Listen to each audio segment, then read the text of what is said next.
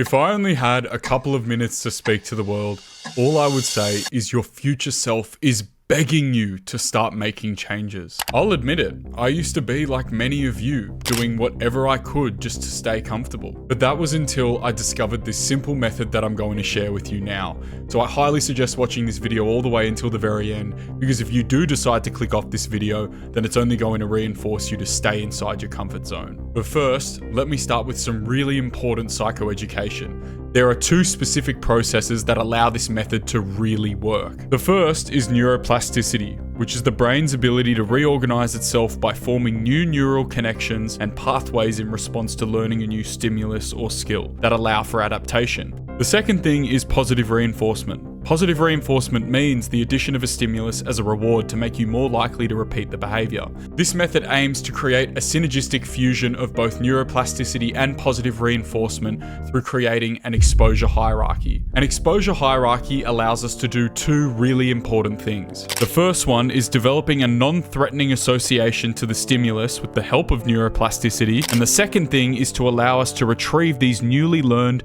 non-threatening associations through positive reinforcement.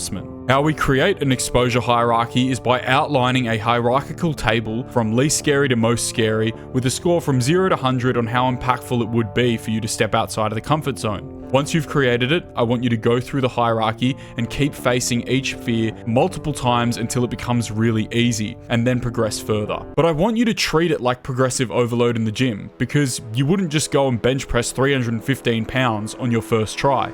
You'd start smaller and increase it over time. But the key component to this exposure hierarchy is that it puts the responsibility on you. I can't do the work for you. No self-improvement video can do the work for you either. The more that you expose yourself and the more that you do it, particularly without distractions, the more beneficial this method is going to be, because it allows you to habituate to the stimulus. And that's it. The method is that simple to create.